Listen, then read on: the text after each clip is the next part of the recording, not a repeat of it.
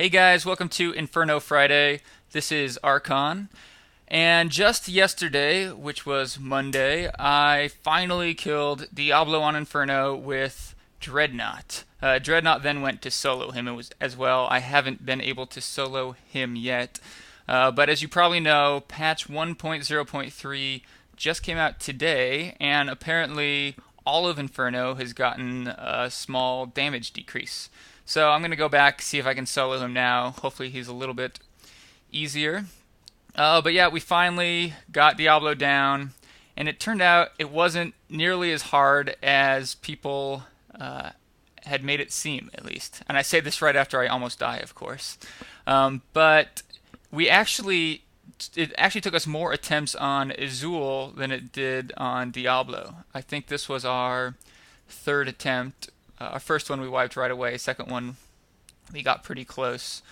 And it was by no means an easy fight, but I think I just anticipated it being like ridiculously hard. I had built it up a lot, and I thought it was going to be another week or two before I had the gear to fight him. But yeah, it was. I think just a steady progression. It just got a little bit harder, a little bit harder. It wasn't a big jump to Diablo. You can see I'm using a pretty standard build here. This is pretty close to what most wizards are using in Inferno. I've got Blizzard with Seeker Missile, Hydra. I'll post the build in the description if you want to look over exactly which runes and passives I'm using.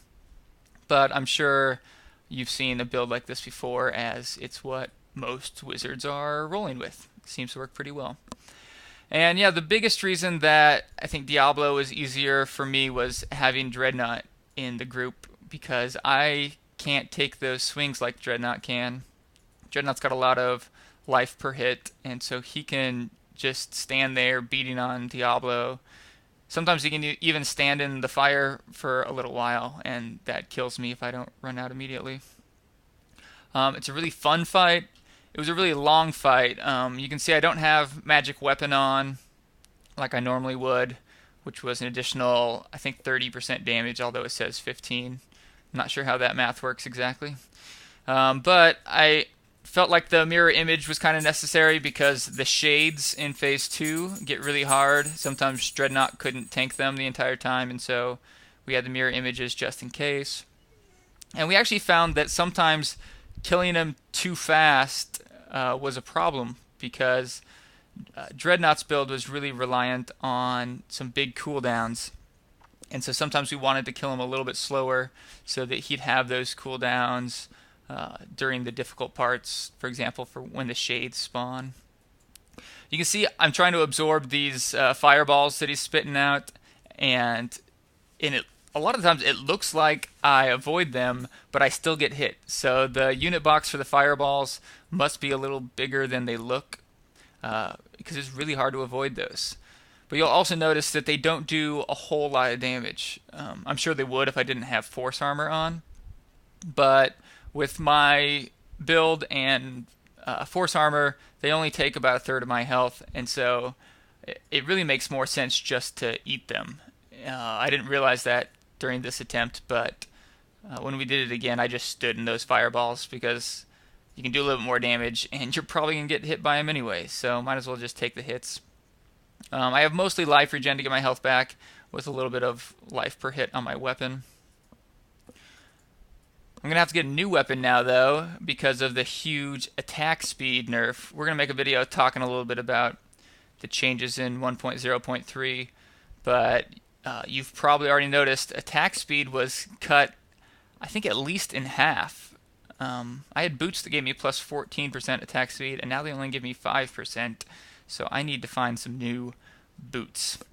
And you're probably thinking the same thing. If you invested a bunch into attack speed, you were right to do so, because it was totally overpowered, and it kind of sucks that it got such a huge nerf, especially after the Real Money Auction House was released. I was surprised Blizzard did that.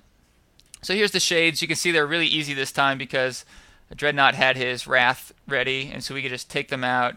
Dreadnought can stand there taking the hits the entire time. You'll see the second set of shades is a little bit more challenging, as Dreadnought's Wrath is not off cooldown. And I I usually stay pretty far away from Diablo, but there's a pretty big advantage to being close enough to him that you can see when he's casting. Um, I think there's only two things you really need to run away from. It's the cages that he summons on the ground. I think I get caught in those later in this video. Sometimes they're hard to avoid. And then that big ring of fire does a ton of damage. And so after watching him for a while, you can kind of tell which spell he's about to cast. And if it's one of those, you can start running right away. As long as you continue to move during this bone cage part, it's hard to get trapped in it.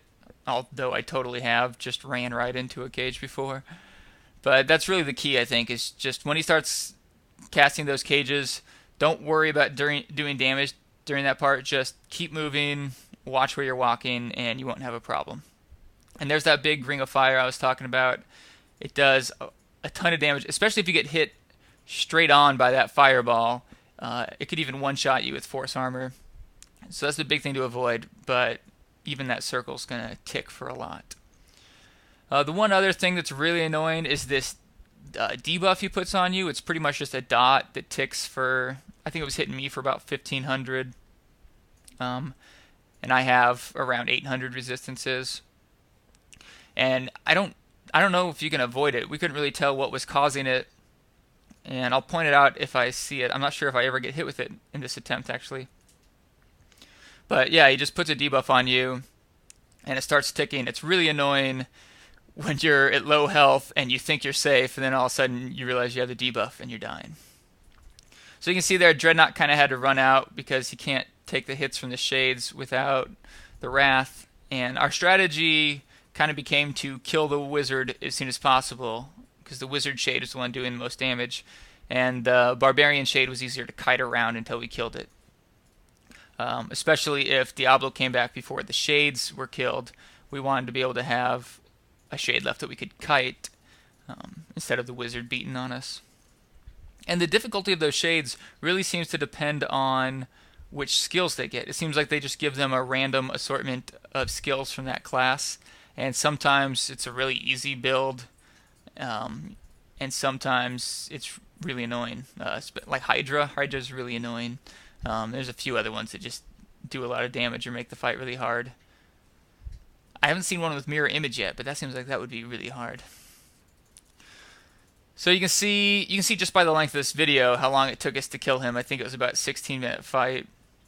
And we could do it faster now that we've gone through it once. I think we could probably get him down in about 10 minutes, but it was a little bit safer for us to do it slow, just because, as you can see now, Dreadnought has his wrath up again on the third set of shades, and that was the hardest part of the fight for us, was the shades, and they just go down like nothing if he has his wrath available. If we were killing him a little bit faster, his wrath would not have been up then. And he was also using Ignore Pain, and it was nice to have that up. One thing I noticed is Diablo is one of the only fights now that could potentially get harder in a group, because you have multiple shades, and the shades still get increased health per member. So most fights you're just getting some extra health. There's no longer any extra damage from extra members. But Diablo, you really are getting extra damage from extra members just because of those shades. I imagine with a group of 4, those shades would easily be the hardest part of this fight, because they're going to have over 4 times the health, and trying to take on 4 of them at once would be really difficult. So once we got past the second set of shades in the fight, we felt a lot more safe, because that's the one set that Dreadnought doesn't have Wrath for. At this point, we're a little bit more relaxed. And Phase 3 is only mildly harder than Phase 1, I think. So you can see we're about to get him into Phase 3. Right now, I think Dreadnought's waiting for a cooldown. We don't want to push him into Phase 3 until Dreadnought has, I think it's his Wrath that we are waiting for. So we're kind of just kiting him a little bit, killing him slowly. And then, if I remember correctly, we also don't skip the cinematic. If you're low on health or waiting for a cooldown, you might as well watch the cinematic, because your health ticks will keep going and your cooldowns keep coming off during the cinematic. So it's a good time to let those refresh. And then, of course, in Phase 3, it's just like Phase 1, but he has a couple more abilities that you have to avoid. He has that big laser breath that does a lot of damage, but it's pretty easy to outrun, especially if you have teleport. You have meteors falling from the sky, which never seemed like a real issue, those things there. Actually, I'm not even sure if that's just decoration now that I see about it. I don't think I've ever gotten hit by one of those. You guys, I'm sure someone watching this knows, so go ahead, leave it in the comments if those meteors are really a danger or if it's just for a visual effect. So there's doing the cages. One thing we found really helpful, because the cages were one of the hardest part, was sometimes Dreadnought would War Stomp to stun him right when he started casting the cages. Also, sometimes I got lucky and my Blizzard would freeze him right as he started casting the cages. But if he gets stunned when he starts casting that, he won't recast it afterwards. It just stops it and he goes back into his rotation of spells. So if you have stuns, that's probably a good time to save them for, is when he starts casting the cages, assuming that that's what you're having trouble with. And you can tell I'm able to stay far away enough Diablo that he's off the screen completely and still hit him with those Seeker missiles, which is one of the nice things about that rune. You don't have to aim, they'll just go and hit him for you. Venom Hydra, I think, is just, you have to have it for Diablo. No reason not to have Venom Hydra, because most of the time he's just standing still and those ticks are going to get really big. That's true for most bosses, but especially true for Diablo.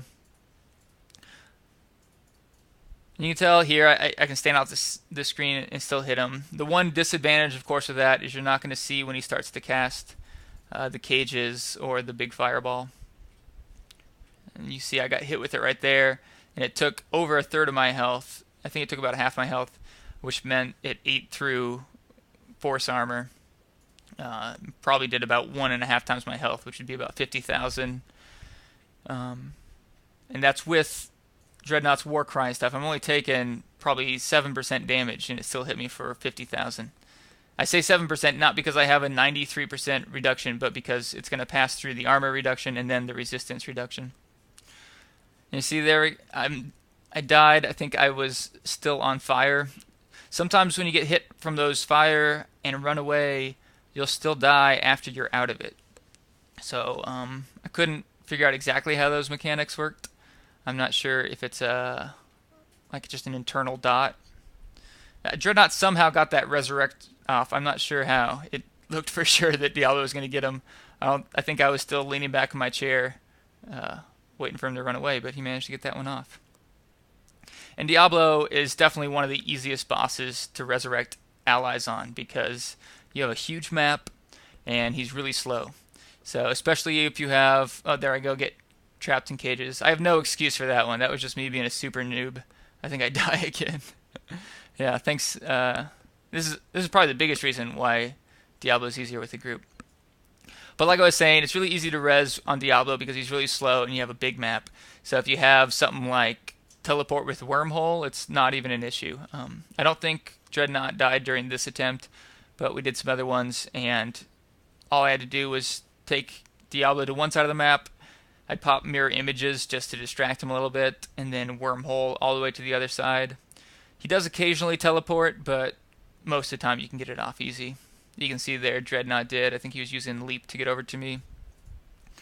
But it's even easy if you don't have a movement increasing effect, or skill rather. So that's pretty much the Diablo fight in a nutshell. I know you guys have already done it on lower difficulties, and some of you have done it on Inferno as well. But yeah, the one thing I would say is don't listen to the hype. It's possibly the hardest boss fight in the game, but I don't think by a whole lot. If you have the gear to do Azul, which is the boss before this, I think you're geared enough to attempt Diablo. If you are a wizard or a demon hunter, I think you probably want a barbarian in your group, or a monk if you could find one, someone that can sit there and take the hits, because that's really the only reason this was an easy fight for me. Like I said, I was trying it solo and I just couldn't keep him away from me. I think I only gave it a couple attempts. Maybe having Frost Nova on there or Diamond Skin would have made it easier, so I could stand there and hit him a bit longer. But the way we did it, Dreadnought, or rather Barbarian Wizard team, worked really well. And yeah, I'm glad we finally got the kill. We got it the day before 1.0.3, so I haven't tried it yet since then. It might be even easier now. We're not sure how much they nerfed it. But we just wanted to share with you that kill. I think I go over my gear at the end here, so if you guys want to see it, you can just pause the video while I'm hovering over each piece.